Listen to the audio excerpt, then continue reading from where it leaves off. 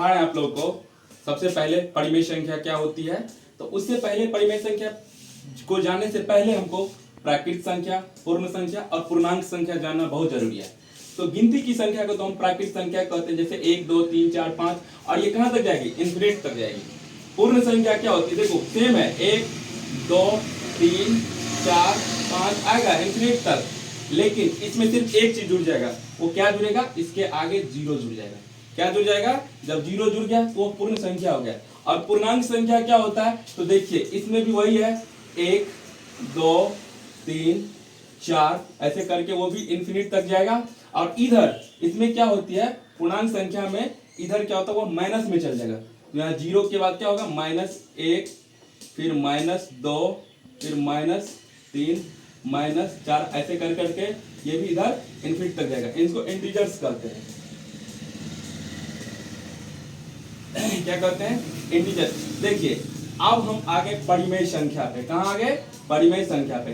तो ऐसी संख्या परिमेय संख्या कहलाती है जिसको p/q के रूप में लिखा जा सकता है। तो p/q के रूप में हम कैसे लिखेंगे, तो मान के चलो परिमेय संख्या p/q के रूप में होना चाहिए। वह p क्या होना चाहिए, पूर्णांक होना चाहिए, q भी एक पूर्णांक होना चाहिए। तो आप हमको ये बताइए कि जैसे हम ये लिखे 4/5, तो 4/5 क्या परिमेय संख्या है? जी हाँ बिल्कुल है। क्यों, क्योंकि जब हम 4p हुआ और इसको q, तो क्या ये p/q के रूप में है ना। जब ये p/q के रूप में है तो यह परिमेय संख्या होगा। और हाँ एक आप बताइए, क्या 3 परिमेय संख्या है?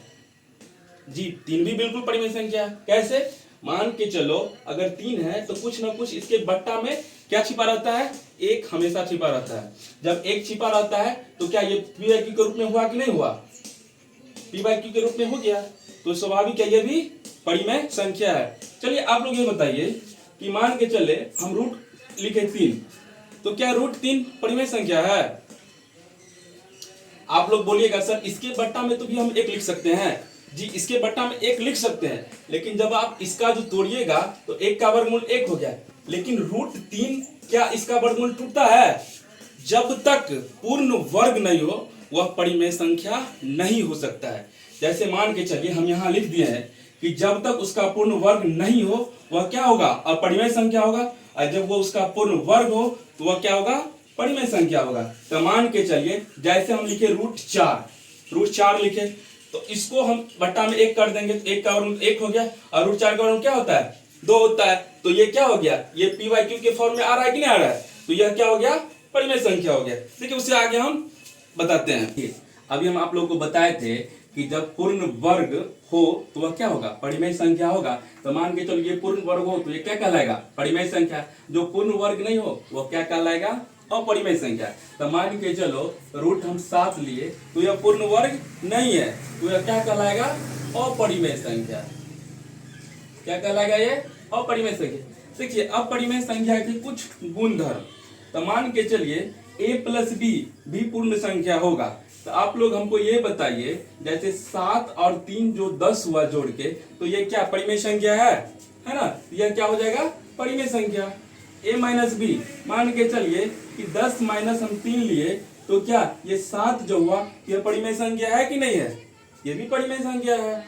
और जैसे 4 × 3 12 हुआ, तो 4 × 3 कितना, 12। तो ये परिमेय संख्या है कि नहीं है, ये भी परिमेय संख्या है। इससे पहले आप लोग को हम बता दिए थे कि 12 जो है वो पूर्ण संख्या इसलिए है परिमेय संख्या क्योंकि इसके बट्टा में क्या छिपा रहता है, 1 छिपा रहता है। और जब हम पहले बता चुके हैं कि परिमेय संख्या हमेशा p/q के फॉर्म में होता है, तो देखिए यहाँ p और यहाँ क्या हो गया, q, तो ये क्या है, p/q के फॉर्म में है।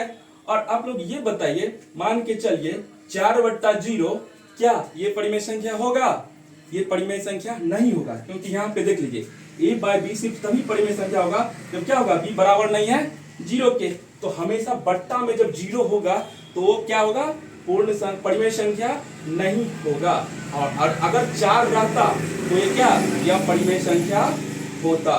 ठीक है हाय गाइस, तो आप लोग इस चैनल को जरूर सब्सक्राइब करें, SK टीचर्स एकेडमी। मैं सुभाष कुमार, आप लोग के तमाम सवालों का जवाब जरूर मिलेगा।